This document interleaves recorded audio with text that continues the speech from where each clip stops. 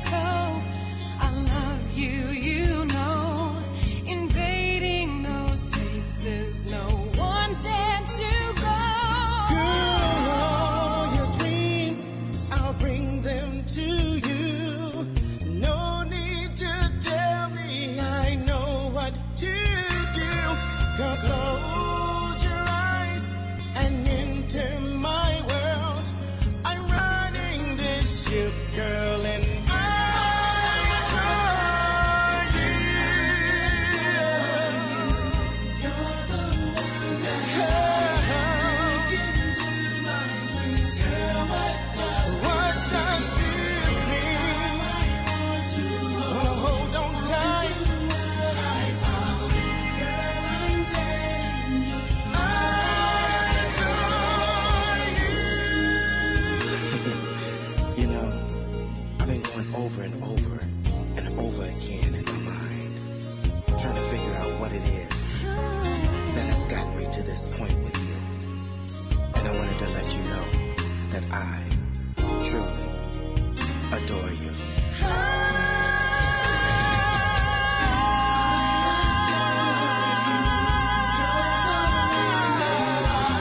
Take into my dreams. Girl, what does this mean? I am on to hold on to what I found. Girl, I'm telling you, I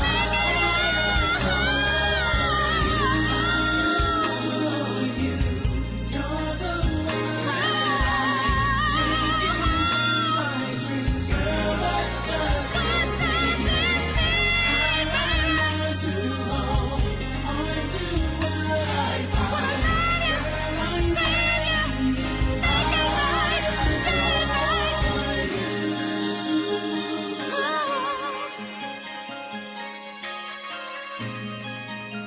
I adore you.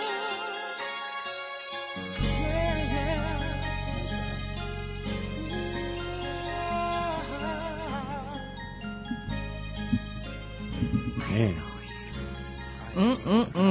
I'm not gonna try it right now. If you just tuned in, I'm not gonna try it right now. you're listening to Smooth Saturdays with Crystal Aysha. back out.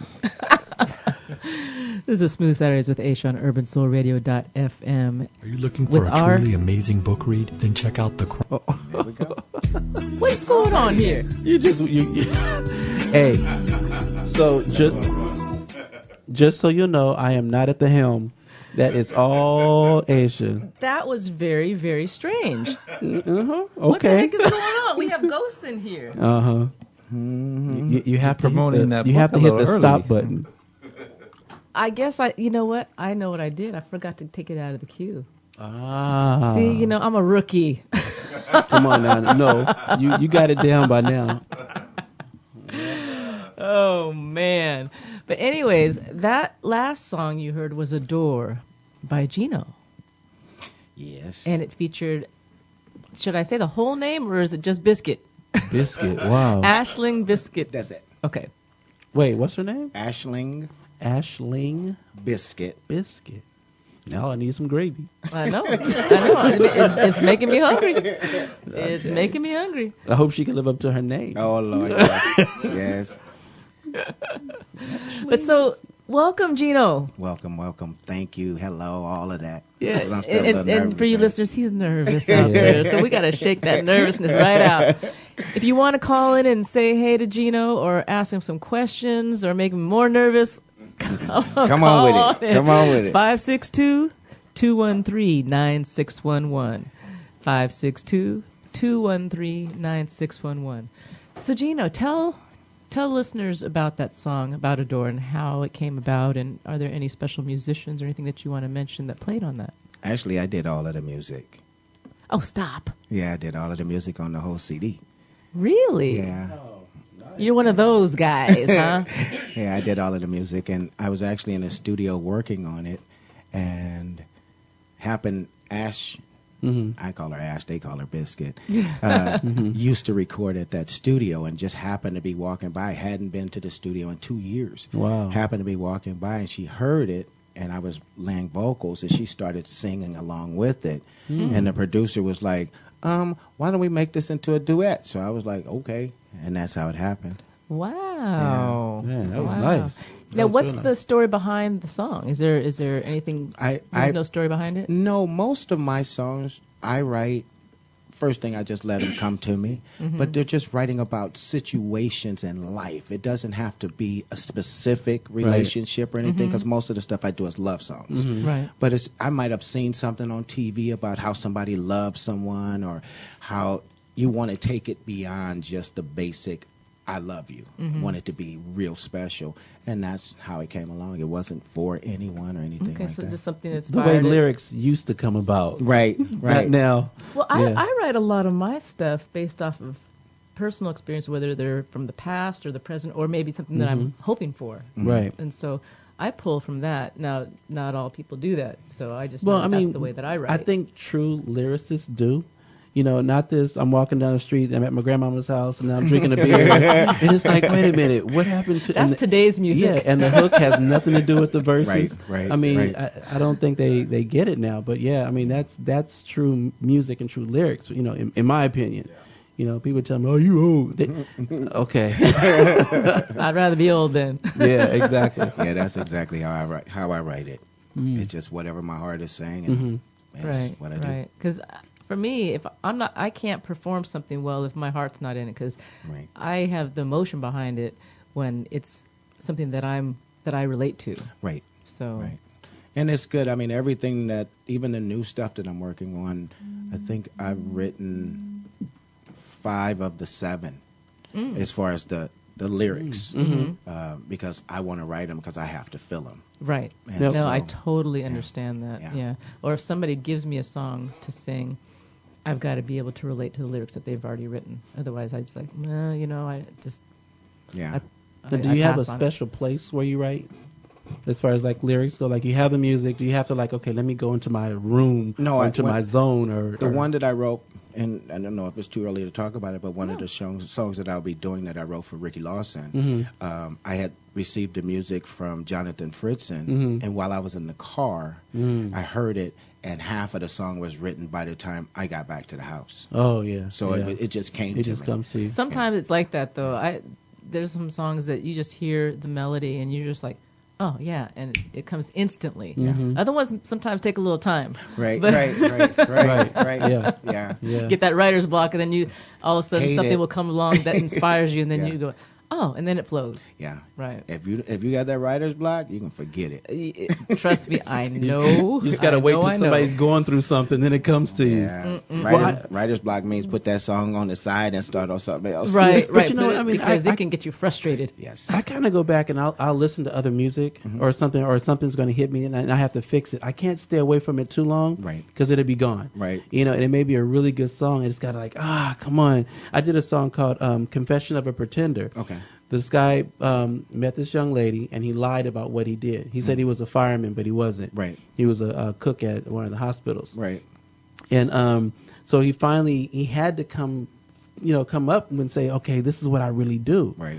So, I was like, wow, he wants to tell the truth. Now he wants to be in the relationship because he just figured, let me lie to her, let me get over here, and then it's going to be Because over he didn't with. think it was, yeah, Exactly. He didn't think it was going to lead to anything. So when he was telling me, man, I fell in love with this girl, how can I tell her? And I was like, And then Confession of a Pretender was, was born. Great. Yeah. Great Yeah. concept. Yeah. But you're right. It's old school, true love or true, music listeners write like that. The new ones, they just put anything comes out. Let me just say it. It Yeah. has nothing to do with nothing. So Half times it doesn't make sense when the next sentence from the sentence before. Right. So how do you compete with that, or is it even worth it Compete with the music now? I Today. mean, I decided that I wasn't going to try to. Right. And what I decided is I'm going to do the things that people have enjoyed me doing for, the years that I've done it. And it was just time for me to do my own thing, And some of the musicians that I used to sing with who are, have been pretty well known said, you need to do you because people need to hear you. Right. As I you were was talking just about. Yeah. gonna say that I've Yeah. had I've had people try and convince me, oh, you should do pop, you should do this, Yeah. and I'm like, I just want to do me. And then when I did me, people started saying, you know what? I give you props for doing you and sticking true to that, and and I feel good about it. Yeah. You know, yeah, I could probably make a lot more money and be in the pop world and all that, but Yeah. it's well. just not. It's weird, you know, because I get exactly what you're saying. It's like, you know, someone says, well, you should do this style of music, or you should go back to gospel, or you should, you know, it's what touches my heart. What makes Is me what really you happy do. is what I do now. Right. So I Right. don't think about the other stuff. I Right. just love music. How long have you been doing music? When did you first realize that this is what you were going to do as a career?